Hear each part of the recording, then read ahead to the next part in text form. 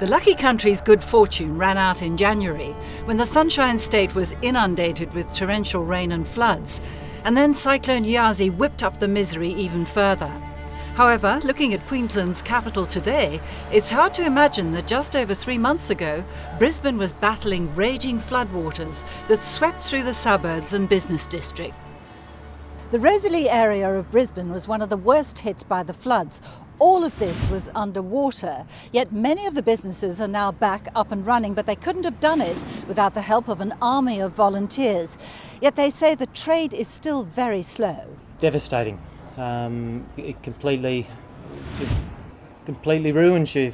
It's been 2 months for us to reopen with bills that are, bills that still come in, and then to refit the place again, bills that are hitting tens, almost $100,000. So it's a lot of money, and that's not just laying around. So very hard on you personally and business-wise.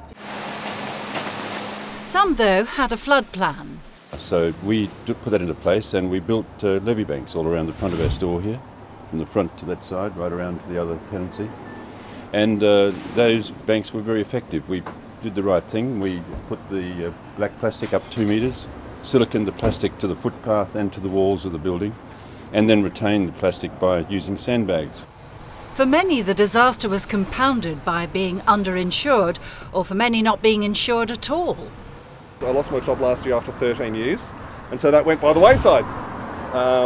So yeah, no insurance, but there was an appeal called the Premier's Disaster Relief Fund, and I was entitled to $2,000 from that and $1,000 from the federal government, which has bought me a fair bit of paint. But 21% of Queensland's income is resources and mining, contributing nearly $53 billion to Queensland's gross state product, with coal making up 2/3 of that. Resources, one of the reasons Australia's economy is so robust, with China and Japan its biggest customers, but many open-pit mines have been flooded. The damage has been done, and we believe that Queensland will fall up short by about 30 million tonnes of coal production. That's about $5 billion that goes missing this financial year. We've been tracking the status of exports, and the latest figures we've seen show that we're 30% below the same time of last year. So for the year as a whole, we're hoping we can hold it to a loss of about 15%. The good news is that all the ports have been opened and that the rail infrastructure is back on track, but there is still a problem with what to do with water pumped from the mines. 3 out of every 4 coal mines in Queensland, and there's nearly 60 of them, have special approvals to discharge water.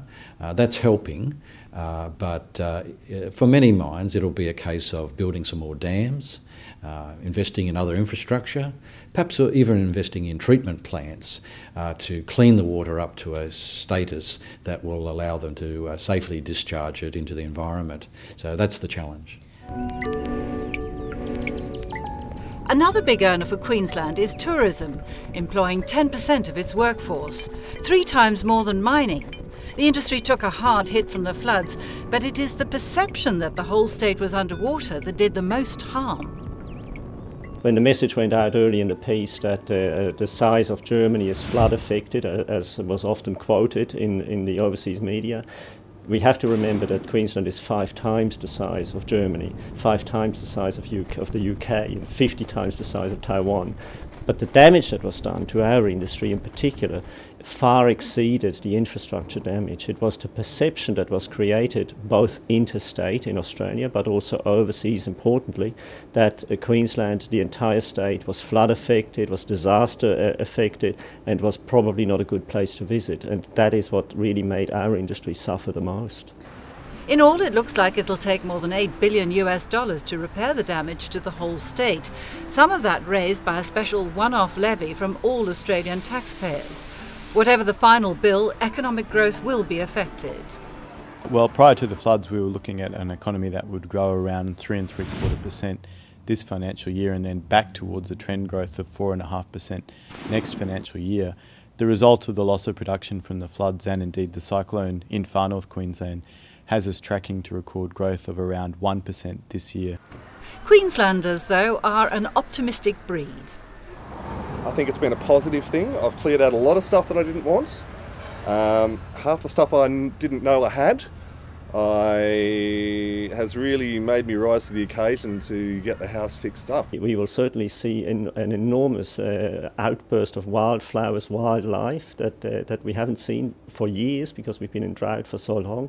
So there are some advantages. There's a silver lining always, and we will certainly encourage people to go and see the natural wonders that are provided through even those catastrophes we had. Amongst all the losses, there's actually something that was regained, and that was people remembered the true verities of the human spirit, the raw humanness of joining together, of helping your neighbour and helping those beside you. And I think people rediscovered a lot about themselves and their own communities.